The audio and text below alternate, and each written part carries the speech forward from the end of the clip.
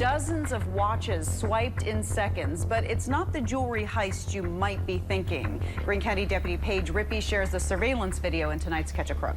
Yeah, this isn't your typical high-dollar jewelry theft. This actually happened at a local convenience store at the Briarwood One Stop. In this video here, you can see the two suspects, the male and female. They enter the store. The female is essentially the lookout. She's got the bleach blonde or orange-colored hair. She's essentially the lookout. She's kind of hanging out right. I had never been arrested until I was 37 years old, but between the ages of 37 and 41, I was arrested 22 times. The majority of the times I was arrested were for possession of a controlled substance, which was meth. I was arrested several times for stealing. That's what I did. I was a booster. The drug dealers would place orders with me, and I would go get whatever merchandise they wanted to trade for drugs. I grew up in a broken home. My dad left when I was 5. My baby brother was 4 months old. My mom did the best she could to raise us on her own, but she was broken. I didn't feel worthy of love. I didn't feel like I had love. I just didn't feel good enough, ever. When I was 16, I started drinking and got a new group of friends and just kind of started learning how to please people, learning how to get people to like me so that I could feel like I was worthy of something. When I was 22, I tried meth for the first time, and it got me hooked. I felt freer than I ever had. I felt like I could finally be who I was on the inside, outwardly, and I loved it. I loved the feeling of not being judged and of being just free to be who I felt like I was. I found out that I was pregnant with my 3rd child. The reality of that never really set in. I never stopped using drugs. I only went to the doctor one time during the whole pregnancy. Thankfully, he was born healthy, but when he was born, I looked at him and the reality set in, and all I could think was, oh God, what have I done? We both tested positive for methamphetamine at the hospital, and DFS came and interviewed me, and I admitted to having been under the influence of meth while my daughters were in my care. So because of that, DFS took all 3 of my kids into state custody. I didn't know what to do. I stayed clean for about 3 months. I was getting weekly visits with the kids. It wasn't going fast enough. I wasn't seeing the results that I wanted to see, so I started using again. I went fast, I went hard, and I just was on a mission to destroy myself at that point. I hated myself for ruining the lives of my kids. I hated myself for never being able to be good enough for anybody. I hated myself for everything. I found myself on the streets. About a week later is when I met Michael for the first time. We had an instant connection. We formed a friendship over the next 6 weeks or so. His dad gave him a car, so we lived in that for a little while. When we got to Springfield is when he started getting really abusive. It was bad. It was really, really bad. I remember the thing that I hated the most that he would do was he would put his hand over my mouth and suffocate me until I was almost to the point of passing out. And then he would let me breathe for a second, and then he would do it over and over again until he felt like I had enough. Not being able to breathe scares me so bad now because it was horrible. Both of us had warrants, and we knew that both of our POs knew where we were staying at the homeless camp. So we had a friend of ours take us to an abandoned house on the other side of town and drop us off.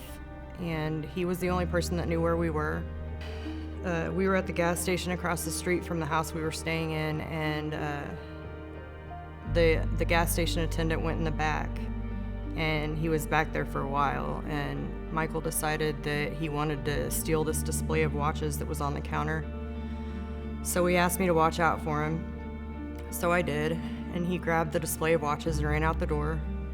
We laid low for a couple weeks because we were staying right across the street from the gas station, so we knew they were probably looking for us, but we didn't hear anything about it for a couple weeks. And then I went over to the gas station to get some water, and apparently we had been on the news the night before on KY3's Catch a Crook, and we didn't realize it, but they had aired the surveillance footage of our crime, and people were looking for us. Somebody recognized me from the news and called in a tip, and within 10 minutes of me getting back to the house, the sheriff's department had surrounded the house. So we had decided that if it ever came down to it and the cops caught up to us, that he was going to pretend to take me hostage. He had a BB gun that looked real, that he was going to pretend to take me hostage and force them to shoot us both. I don't think it was ever his intention to keep that plan. I think his plan was always for only him to die, but that wasn't what I thought the plan was. I was fully prepared to die. So I walked out to the officers. They immediately handcuffed me and walked me outside. I was sitting in the back of the cop car, and probably within a minute of them shutting the door, I heard the radio start going crazy. They said shots fired by police, and my whole world just kind of stopped. I knew what was going on because I knew what the plan was.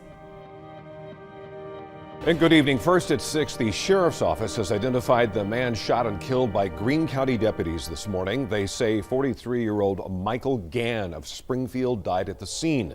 A woman with him, 41-year-old Aaron Houston of Ozark, is in jail tonight.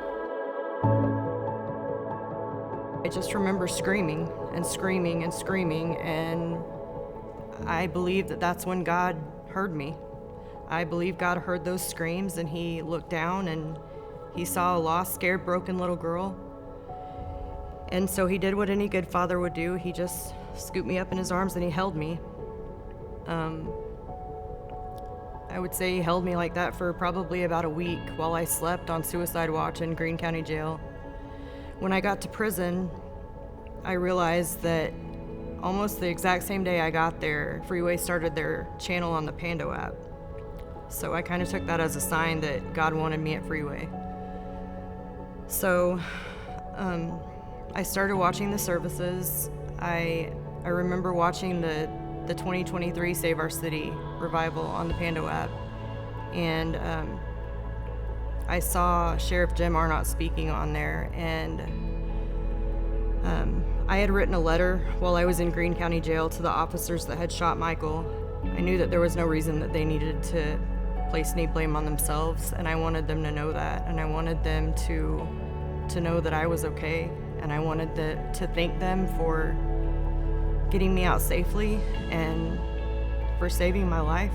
I had that letter, and when I was watching the Save Our City revival, I saw him speaking, and the Holy Spirit just kind of got a hold of me, and he said, "Now you know what to do with your letter." So I wrote to John Stroop, and I told him about the letter, and I told him that I wanted to be on the front lines with Freeway trying to save our city. I got a letter from John, and Charlotte called me telling me I was accepted into the women's program, and John told me that he would be happy to help me get my letters into the right hands. So at that point, I knew what God was doing. He had a plan, and the ball was rolling. I was just waiting to be released. So on December 14th of 2023, I was released to Freeway. God used Freeway to grow me in so many ways. I'm a completely different person. I got my license back. I got a job. I got to meet up with my son's adopted mom. I got to take my oldest daughter prom dress shopping and buy her first prom dress. Just recently, I got to take my girls to Silver Dollar City by myself, and that was the first time in over 7 years that I've gotten to take my girls anywhere by myself. God is moving in such huge ways. I bought a car. I paid cash for it, which is crazy to me. I have my own place. After I'd been in the program for about 6 months, I finally got to take that letter to the sheriff's department, to Sheriff Jim Arnott's office, and read my letter to the sheriff and the 2 officers that had shot Michael. It was just great to be able to get that closure and just to be able to hopefully give them peace and closure. One of the officers goes to church with me, and he came to my graduation. When the starter went out on my car, he came on his day off to help me figure out what was wrong with it. It's an amazing thing what God can do. I am so happy. I'm so full of joy, like, all the time. People ask me all the time, why do you smile so much? I'm like, really? I have Jesus.